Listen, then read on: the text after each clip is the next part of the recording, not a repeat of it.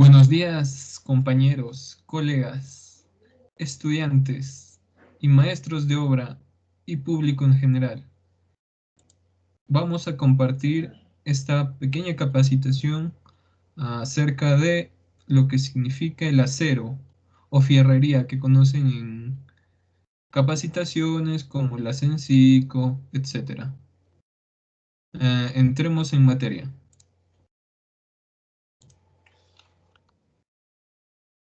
Como podemos ver en esta diapositiva, acá está el nombre del grupo y los integrantes.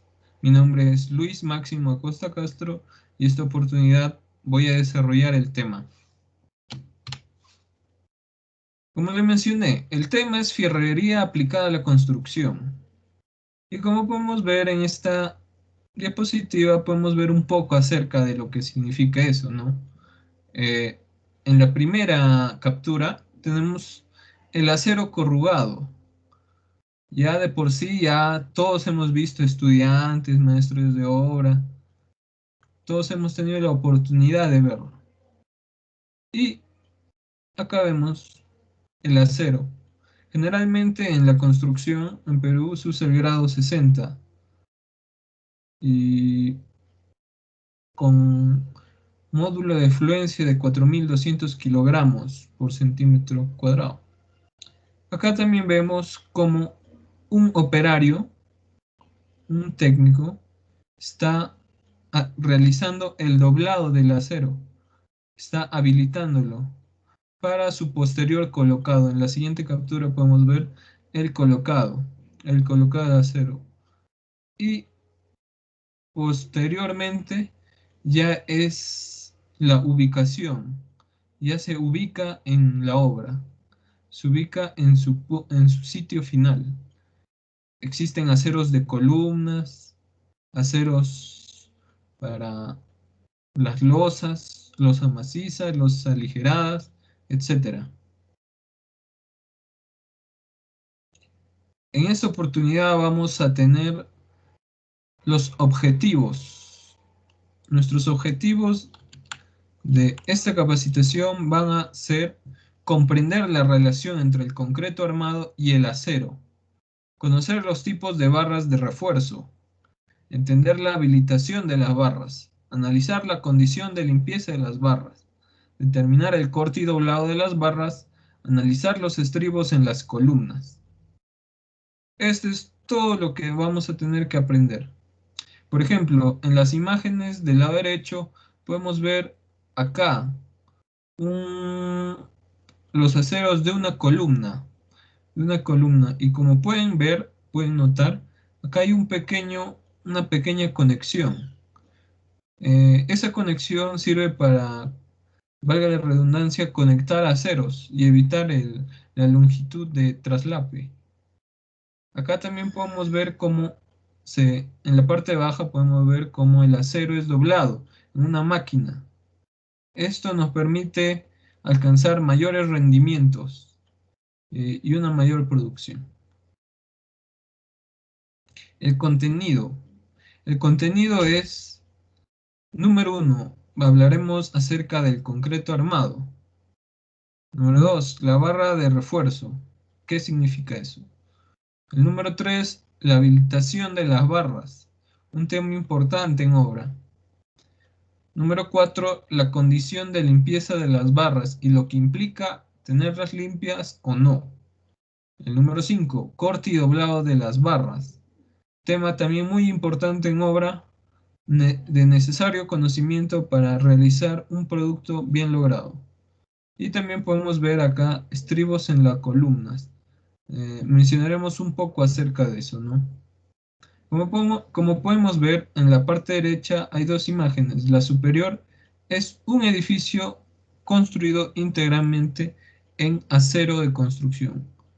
El primero que vimos es un acero corrugado. Sin embargo, estos ya son elementos íntegros. Estos aceros sirven ya como vigas, como columnas. Hay diferentes secciones. No va a ser el tema de conversación de esta capacitación, sin embargo, cabe resaltar que se puede construir edificios con elementos estructurales íntegramente de acero.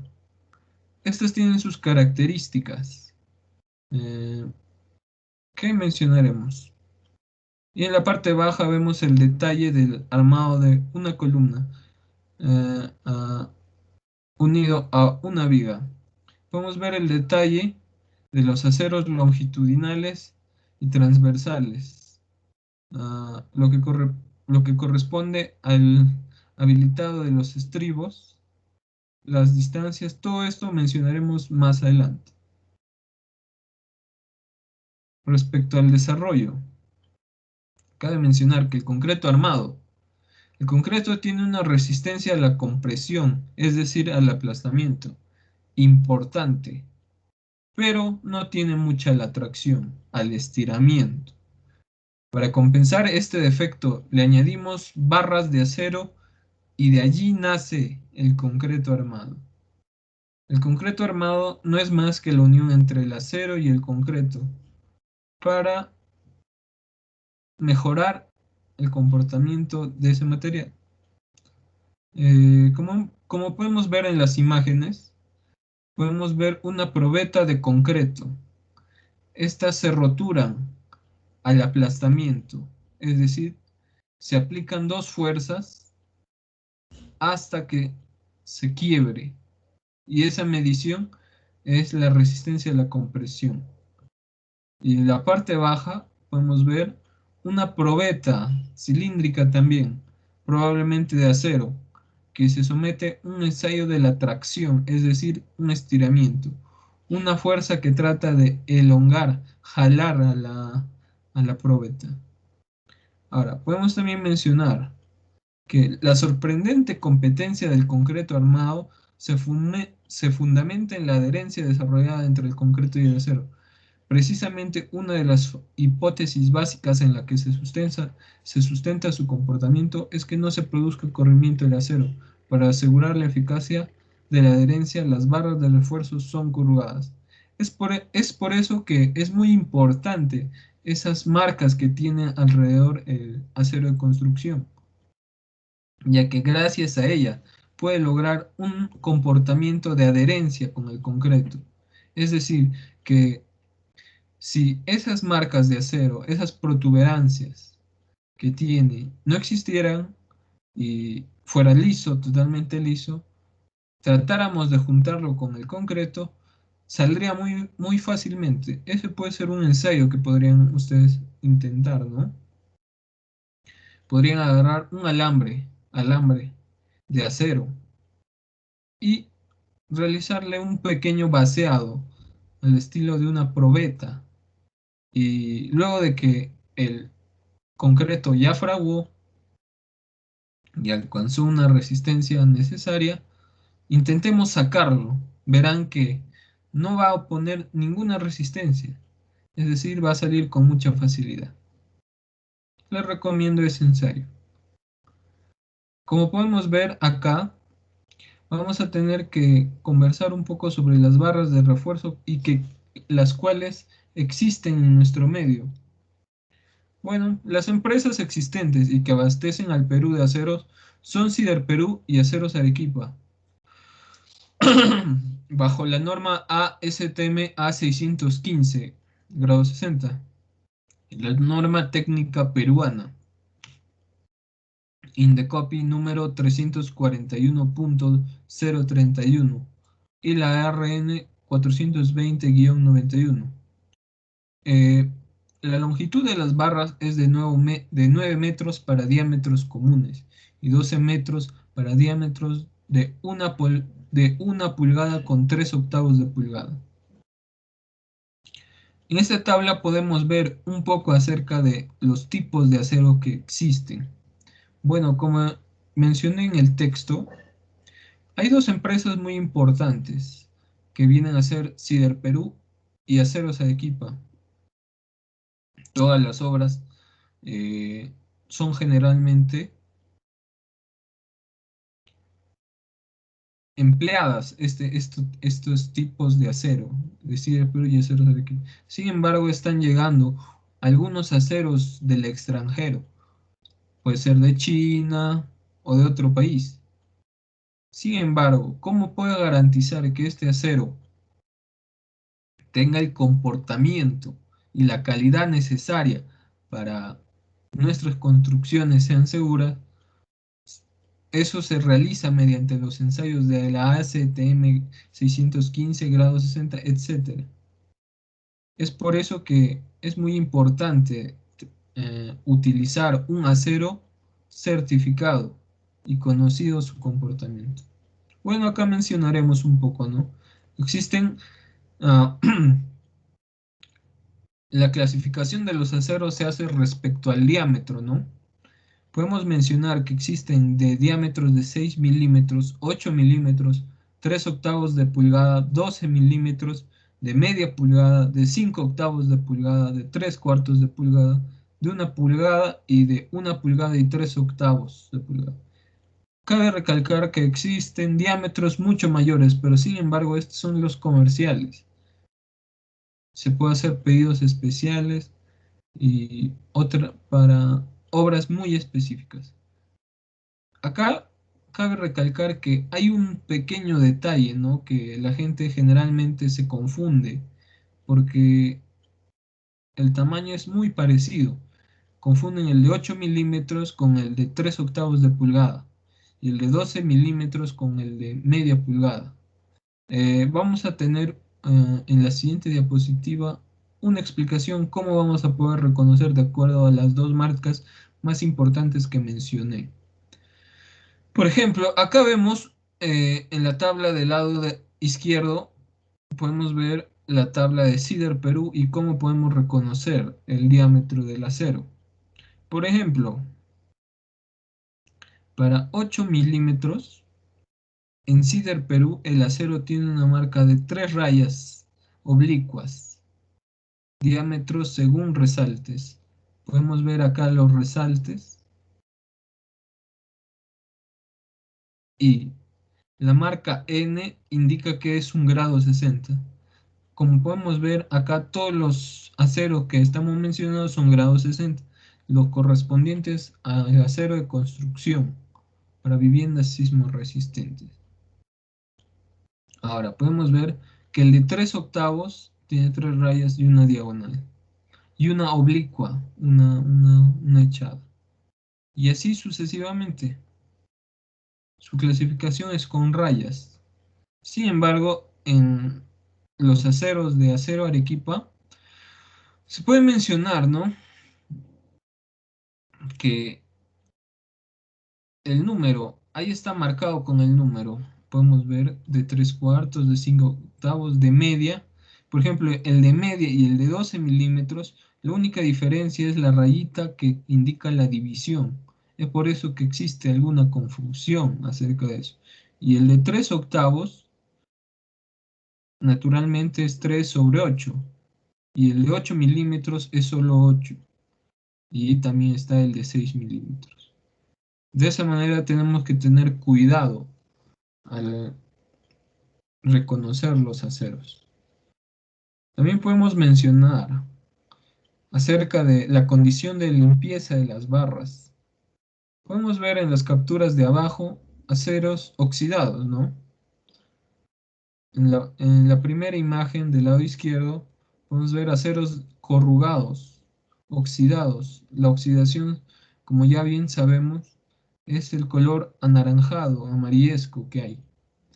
También podemos ver en el lado derecho una conexión, probablemente de un muelle o de un puente, que por la oxidación su sección ha sido reducida. Probablemente esto era un acero completo, sin, sin ninguna hendidura por donde se pueda ver algo. Y acá lo vemos totalmente corroído. Este elemento estructural probablemente tiene que ser reemplazado. Bueno, comentemos. Para ser colocadas en encofrados, incluso antes de proceder al vaciado del concreto de las barras de refuerzo, deben estar libres de lodo, aceite, grasa, pintura, cemento o cualquier otro recubrimiento que pueda reducir la adherencia entre el refuerzo y el concreto. El óxido en capas superficiales, es decir, una oxidación ligera, Es admisible en obras expuestas a condiciones ambientales normales. Desde luego, no debe permitirse cuando la extensión y profundidad de la oxidación sea de tal magnitud que reduzca el área y el peso del refuerzo. Es práctica común, aun cuando se trate de oxidación superficial, limpiar las barras mediante cepillos de alambre o algún otro procedimiento apropiado antes de ser colocado en los encofrados. Bien, como hemos mencionado al inicio, eh, esta oxidación no es permitida para el habilitado del acero. Necesitamos limpiarlo mediante cepillos de acero y quitar el óxido, para que la calidad de nuestra construcción sea la óptima. Acá podemos mencionar acerca del corte y el doblado de las barras. Vean, en la captura del lado derecho podemos ver un acero. Probablemente este sea doblado para un estribo. Probablemente el diámetro del acero y el diámetro de doblado o de doblez no sea el correspondiente, y debido a esto se genera una fractura. El acero que se habilita no tiene que fracturarse, tiene que doblarse sin ningún daño, sin ningún daño. Mencionamos un poco acerca de las consideraciones que debemos tomar. El corte de las barras puede ser dentro de la obra o prearmada fuera de ella. Depende mucho de las necesidades y el contexto, ¿no? Si es que hay espacio en la obra, probablemente se habilite ahí, pero si no hay, se alquilará a otro sitio. O también existen empresas que eh, realizan el servicio de prearmado. De acuerdo a los planos y requerimientos que da uno, le dan el acero de las vigas, de las columnas ya armado, eh, con su consecuente ahorro en acero, etcétera. Pero se necesitará probablemente grúas para poder colocarlas. También se puede utilizar sierras cizallas, pero también de cizallas electromecánicas con mayor producción. Si va a ser a mano, se utilizan las sierras y las cizallas, pero también al inicio hemos visto el doblado del acero con cizallas electromecánicas. Las barras deben ser dobladas en frío, naturalmente. No es admisible enderezar las barras una vez dobladas. Se podría cortar la parte doblada. Eso está muy bien. Eh, Respecto a esto, ¿no? Podemos mencionar que siempre existen errores en obra, y para no desperdiciar el acero totalmente, se puede cortar la parte ya doblada y habilitarlo para otro elemento, ¿no? No está permitido doblar las barras en el concreto. Cuando ya está vaciado el acero y el concreto y ya fraguó, no es permitido doblarla dentro, cuando ya está en el elemento. Las longitudes de los fierros habilitados corresponderán rigurosamente con las medidas que indiquen en los planos de estructuras, debiendo preverse cuidadosamente la localización de los empalmes y las longitudes de traslape. También las barras deben ser dúctiles, es decir, ser dobladas sin presentar fracturas. Acá podemos ver, respecto a la norma, ¿no? Nos menciona que hay dos tipos de doblado en barras. El primero es para mm, aceros longitudinales, lo que corresponde para vigas, para columnas, etcétera. Y los de los estribos, lo que corresponde al confinamiento del acero. Y el diámetro mínimo de doblez también varía. Como por ejemplo, en la primera tabla, ese es para el acero longitudinal. Mencionaremos el acero de 3 octavos, cuyo diámetro mínimo de doblez es 6 centímetros, el cual garantiza que el acero se va a comportar bajo fluencia, es decir, que no se va a fisurar y va a mantener todas sus características sismoresistentes. Y así sucesivamente. Estos datos probablemente uno los tenga que memorizar o en un papel tenerlos eh, para su posterior uso en obra. También podemos mencionar que para el doblado de estribos de 1/4 de pulgada, ah, también el diámetro mínimo de doblez es de 3 centímetros. Bueno, respecto a todo esto, podemos decir que las conclusiones son: la unión del acero y el concreto genera el concreto armado, que se comporta mejor sometido a cargas de tensión y de compresión. Existen diversas marcas de acero y diferente notación, como vimos de los aceros Arequipa y el SIDE Perú. El acero debe estar limpio para que no afecte el concreto armado. El óxido debe ser retirado, como bien hemos visto.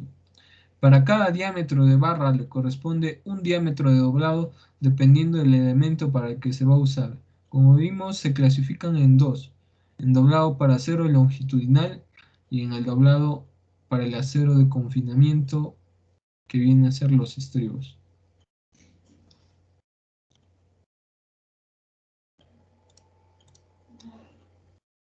Muchas gracias por su atención. Hasta una próxima vez, me despido. Muchas gracias.